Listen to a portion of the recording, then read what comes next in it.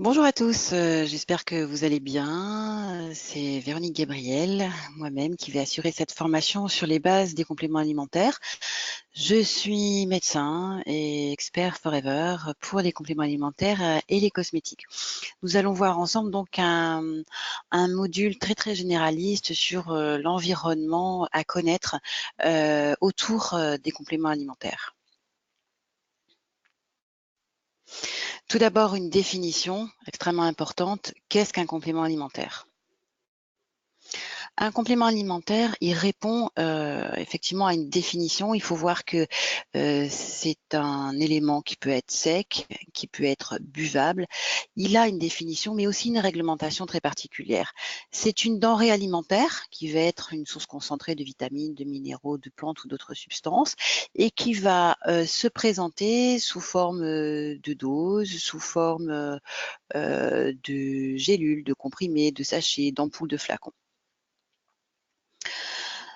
Il faut savoir que un complément alimentaire contribue au bon fonctionnement de l'organisme. Un complément alimentaire doit s'associer à une alimentation variée et équilibrée. On y reviendra. On ne peut pas dire qu'un complément alimentaire peut remplacer une alimentation déséquilibrée. On y reviendra. Leur réglementation. 3 éléments qu'on verra rapidement, la directive européenne, la DGCCRF et l'ANSES. Les compléments alimentaires sont encadrés au niveau européen par une directive de 2002 qui a été transposée dans le droit français en 2006. Comme on l'a vu tout à l'heure, les compléments alimentaires font partie des denrées alimentaires au niveau réglementaire. Il faut savoir qu'ils font l'objet d'une déclaration préalable avant commercialisation auprès de la DGCCRF, c'est-à-dire la Direction générale de la consommation, la concurrence et la répression des fraudes. On dépose donc un dossier qui va examiner la composition et qui va effectuer également différents contrôles après commercialisation. Je ne peux pas créer mon propre complément alimentaire et le mettre en vente toute seule sans avoir passé cette étape. Le fabricant du complément alimentaire est responsable de la conformité de son complément alimentaire lors de la mise sur le marché avec toutes les dispositions réglementaires en vigueur en matière de protection et d'information pour le consommateur. L'ANSES, l'ancienne agence du médicament, qui est l'Agence nationale de sécurité sanitaire, alimentation, environnement et travail, est chargée de veiller à la nutri-vigilance après commercialisation. C'est-à-dire qu'une fois que le complément alimentaire est mis sur le marché, on a la DGCCRF qui va effectivement avoir une surveillance, mais aussi l'ANSES, qui va signaler tout effet indésirable survenu suite à la consommation de tel ou tel complément alimentaire ou nouvel aliment. Tout ça pour améliorer la sécurité du consommateur et ça peut aller jusqu'au retrait du produit s'il y avait vraiment un problème particulier. Ce dispositif de surveillance, il a été créé en 2010 et comme je viens de le dire, tout ça c'est effectivement pour pouvoir optimiser la surveillance du consommateur. La réglementation, elle envisage une liste positive d'ingrédients. La liste positive, ça veut dire dans la liste que je vais trouver sur la réglementation, je vais avoir une liste tous les ingrédients qui peuvent faire partie du produit. La liste positive d'ingrédients, ça va être des vitamines, des minéraux, des plantes, des ingrédients traditionnels. On trouvera aussi les doses maximales à pas dépasser ou encore les AJR. Avant, on disait les apports journaliers recommandés. Maintenant, c'est plutôt les VNR, valeurs nutritionnelles recommandées. Donc, pour revenir à cette liste, tous les ingrédients qui peuvent faire partie, réglementairement parlant, d'un complément alimentaire sont dans cette liste. Si mon ingrédient n'y est pas, c'est qu'il ne doit pas faire partie du complément alimentaire. Quelle est la composition d'un complément alimentaire? Dans un complément alimentaire, je vais trouver des sources de nutriments et d'autres ingrédients tels que, très souvent, des vitamines. Ça peut être des vitamines A, la vitamine D, vitamine E, vitamine K, toutes les vitamines B, B1, B2, B3, B5, B6, B8, B9, B12. La vitamine C, très souvent, on retrouve la vitamine C. Donc, en pratique, des vitamines hydrosolubles ou des vitamines liposolubles. On peut trouver aussi des minéraux et des oligo-éléments. Quelle est la différence? Les minéraux, ils sont en grande quantité dans le corps. Ça va être le calcium, le sodium, le potassium, par exemple. On les dose de manière assez simple. Les oligo-éléments, oligo, ça veut dire un peu, donc ça veut dire les éléments qui sont en petite quantité, comme le zinc, le sélénium, le chrome, sont dosés, on va dire, plus ponctuellement. C'est pas parce qu'ils sont en petite quantité d'ailleurs qu'ils ne sont pas indispensables, mais voilà, leur fonction est quand même extrêmement importante. Donc, minéraux, oligo-éléments. Des acides aminés. Les acides aminés, ce sont des fractions de protéines qui, mis bout à bout, forment une protéine. Hein. C'est les wagons qui vont permettre euh, de fabriquer des protéines. On peut avoir des plantes, des extraits de plantes, des acides gras essentiels. L'acide gras essentiel, ce sont les bons acides gras, comme les oméga 3, les oméga 6, souvent pas en quantité suffisante dans notre alimentation. Des fibres, des antioxydants, donc pour lutter contre le stress oxydant. Je vous rappelle que le stress oxydant, c'est le vieillissement de nos cellules. Des prébiotiques, ce sont des fibres. Et des probiotiques, ce sont de bonnes bactéries qui permettent d'entretenir notamment la fonction barrière au niveau intestinal. Et les probiotiques, donc les bonnes bactéries, ont besoin des prébiotiques pour perdurer plus longtemps dans notre organisme. Pourquoi consomme-t-on des compléments alimentaires?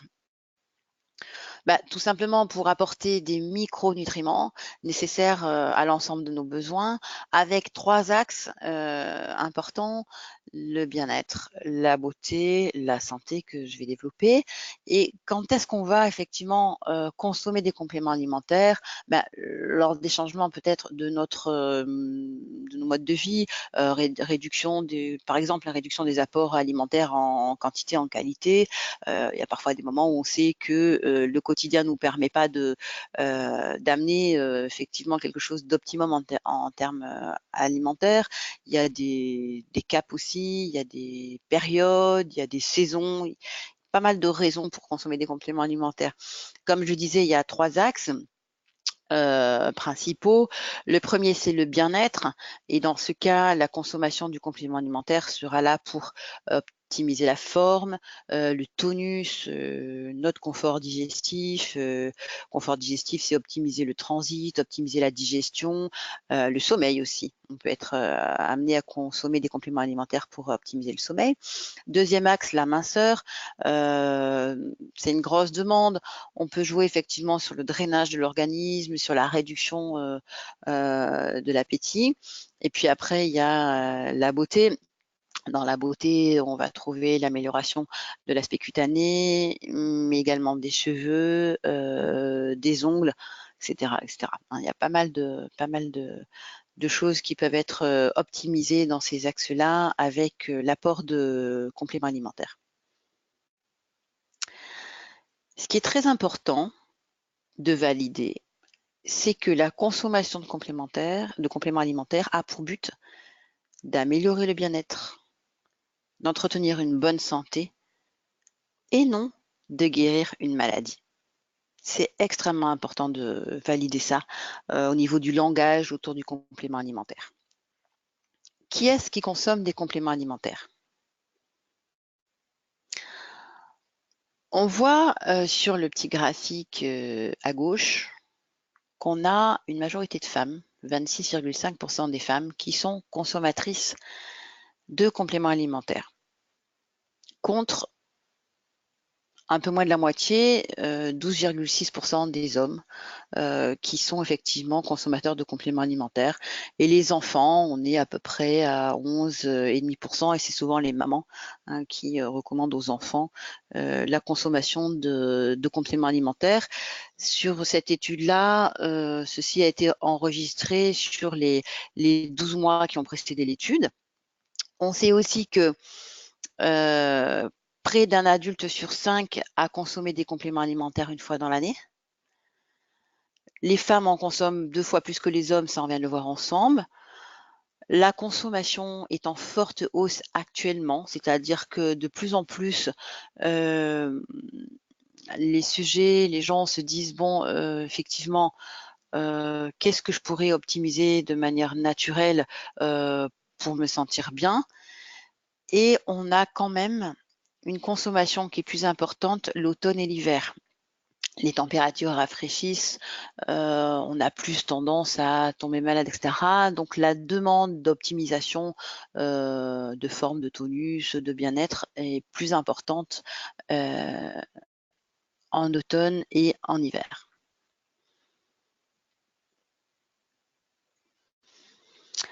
Les compléments alimentaires, ils sont consommés soit sous forme de cure, donc c'est à peu près 4 mois en moyenne chez l'adulte, 2 mois et demi chez l'enfant, soit au long cours, c'est-à-dire toute l'année, et c'est que 23% des adultes, donc c'est peu en fait, et 12% des enfants.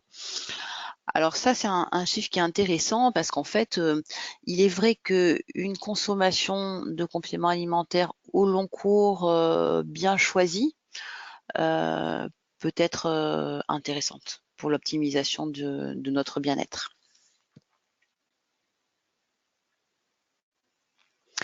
Quelles sont les précautions à prendre?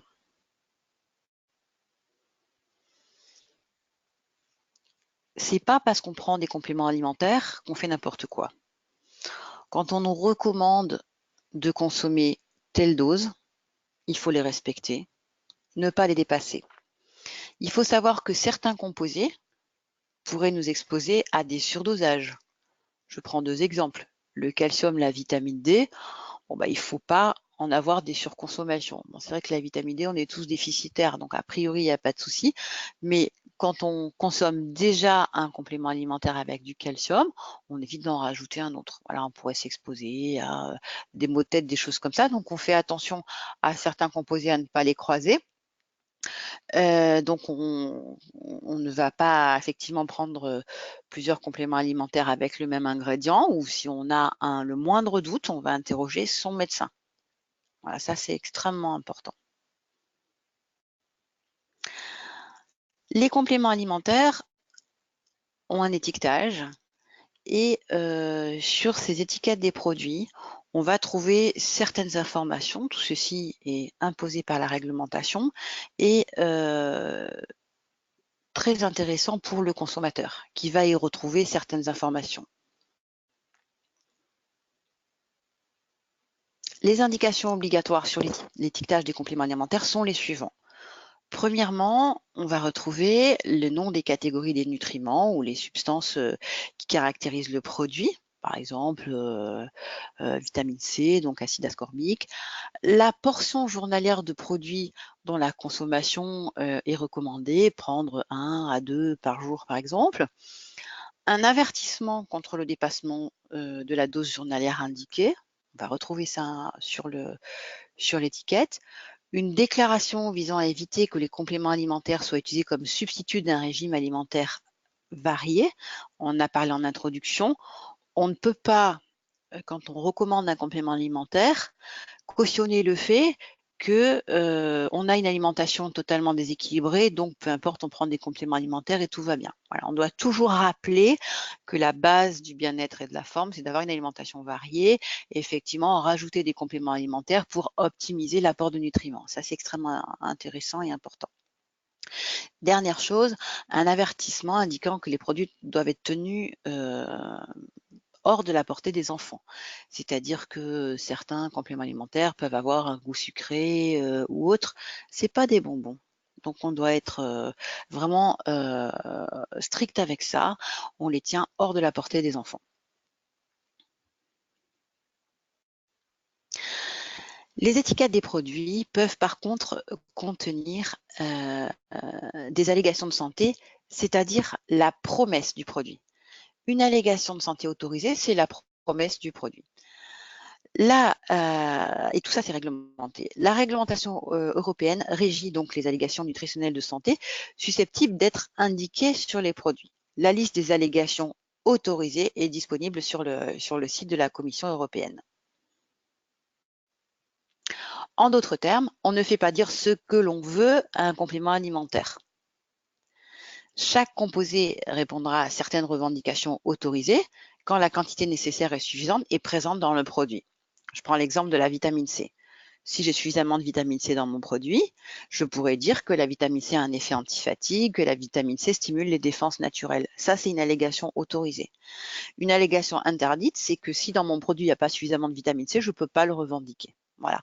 En gros, les produits, effectivement, peuvent répondre à ces allégations autorisées quand je vais retrouver suffisamment d'ingrédients dans mon produit. Une allégation, c'est tout message ou toute représentation non obligatoire en vertu de la législation. Je ne suis pas du tout obligée, même si elle est autorisée, de mettre l'allégation sur le produit. En vertu de la législation communautaire ou nationale, y compris une représentation sous la forme d'images, d'éléments graphiques ou de symboles, quelle que soit la forme, qui affirme, suggère ou implique qu'une denrée alimentaire possède des caractéristiques particulières. Une allégation est réglementée et doit être justifiée. Voilà, donc en gros, dans l'environnement du complément alimentaire, ce qu'on ne veut pas, c'est qu'on fasse des allégations interdites. J'ai mon produit, je ne peux pas lui faire revendiquer n'importe quoi.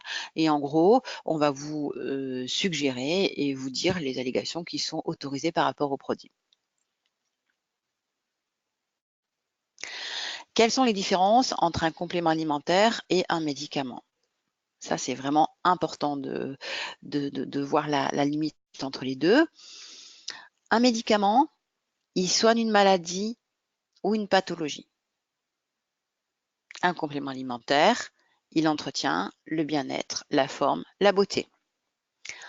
Un médicament, il est soit sous prescription médicale, c'est-à-dire sur ordonnance, je pense aux anti-inflammatoires, aux antibiotiques, corticoïdes par exemple, ou alors en OTC, over the counter, c'est-à-dire des médicaments qu'on peut avoir en vente libre, le Doliprane, l'aspirine, certains anti-inflammatoires, il y en a qui sont en vente libre, d'autres non.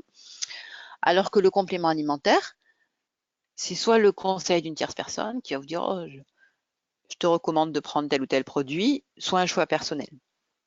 Le médicament, donc, il s'adresse à des personnes malades. Le complément alimentaire, c'est le choix de l'individu pour améliorer son hygiène, sa santé, sa forme. Ceci étant, je fais une petite parenthèse avec un petit bémol. Le complément alimentaire, je peux aussi le conseiller à des personnes malades s'il n'y a pas de contre-indication médicale, mais dans le simple but aussi d'améliorer la forme. Pas d'optimiser et pas de, je veux dire, de guérir leur maladie. Ça, c'est important. Le médicament, il a donc des propriétés thérapeutiques. Si j'ai un spasme, je vais prendre un antispasmodique. Si j'ai une maladie bactérienne, je vais prendre un antibiotique. Donc, je vais effectivement supprimer la cause. Le complément alimentaire, il a des propriétés nutritionnelles, c'est-à-dire qu'il va amener des nutriments ou physiologiques, optimiser notre forme. Le médicament a une autorisation de mise sur le marché, une AMM qui dure plusieurs années avant de passer par toutes les phases, la phase 1 à la phase 4 qui est la mise sur le marché. Le complément alimentaire, lui, il n'a pas d'AMM, il n'a pas d'autorisation de mise sur le marché, mais on a vu qu'on ne fait pas n'importe quoi. On doit monter un dossier savamment ficelé pour pouvoir le déposer auprès de la DGCCRF qui va valider le dossier. Et puis, on a vu qu'il y avait également une surveillance après commercialisation. Comme je l'ai dit plusieurs fois, et je le répète parce que c'est vraiment un élément important, un complément alimentaire ne peut aucun cas prétendre à une revendication thérapeutique. Ainsi, on ne peut pas dire qu'un complément alimentaire soigne ou traite une maladie capitale. Je le répète, j'ai dit tout à l'heure qu'un complément alimentaire s'adressait à des gens effectivement en bonne santé pour optimiser leur bien-être, mais j'ai aussi dit qu'on pouvait le proposer à des gens malades pour optimiser leur quotidien, mais sans revendiquer la guérison et sans dire ça va traiter la maladie. Très important. Comment sont vendus les compléments alimentaires?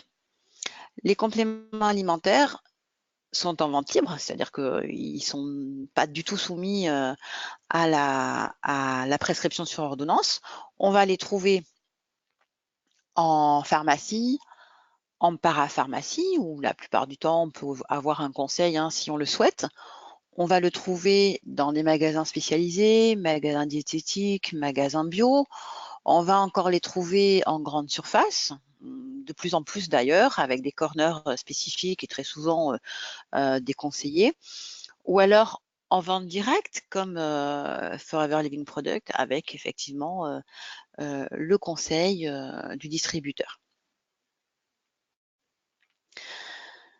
Quel que soit le point de vente, les compléments alimentaires sont tous soumis à la même réglementation. C'est-à-dire sur la liste d'ingrédients positifs, tout ce qu'on a vu tout à l'heure, tous les compléments alimentaires sont soumis à cette réglementation dans ces canaux de distribution. Très important, que penser de la vente sur Internet? Il faut savoir que sur Internet, on peut trouver des compléments alimentaires qui ne respectent pas du tout la réglementation française ou européenne et dont les doses d'ingrédients ou même la composition des ingrédients peuvent affecter notre santé. Ce qui veut dire que sur Internet, je peux trouver des compléments alimentaires avec des promesses complètement tapageuses, notamment sur le poids, perdre 10 kilos en une semaine, etc., mais qui peuvent mettre vraiment votre santé en péril parce que justement, ils échappent totalement à la réglementation. Donc attention, attention à ce canal de distribution. En conclusion, je vous dirais que les compléments alimentaires ont un encadrement très précis. Il n'y a pas d'AMM, c'est-à-dire pas d'autorisation de mise sur le marché, mais un dossier déposé auprès de la DGCCRF. On va retrouver une liste positive d'ingrédients. Je répète, c'est la liste dont les ingrédients sont habilités à faire partie de la composition du complément alimentaire. Il est impératif de ne pas faire de revendications thérapeutiques. Je répète, ça veut dire ne pas dire que le complément alimentaire peut soigner, peut guérir, peut traiter une maladie. Les allégations, elles sont possibles quand elles sont autorisées. Et régulièrement, on vous dit celles qui sont autorisées pour les produits. Et on a une surveillance après commercialisation, très important, c'est la sécurité du consommateur, d'une part par la DGCCRF, mais aussi par l'ANSES, qui enregistre les éventuels effets indésirables jusqu'à la suppression du complément alimentaire si problème il y avait. Je vous remercie de votre attention. À bientôt.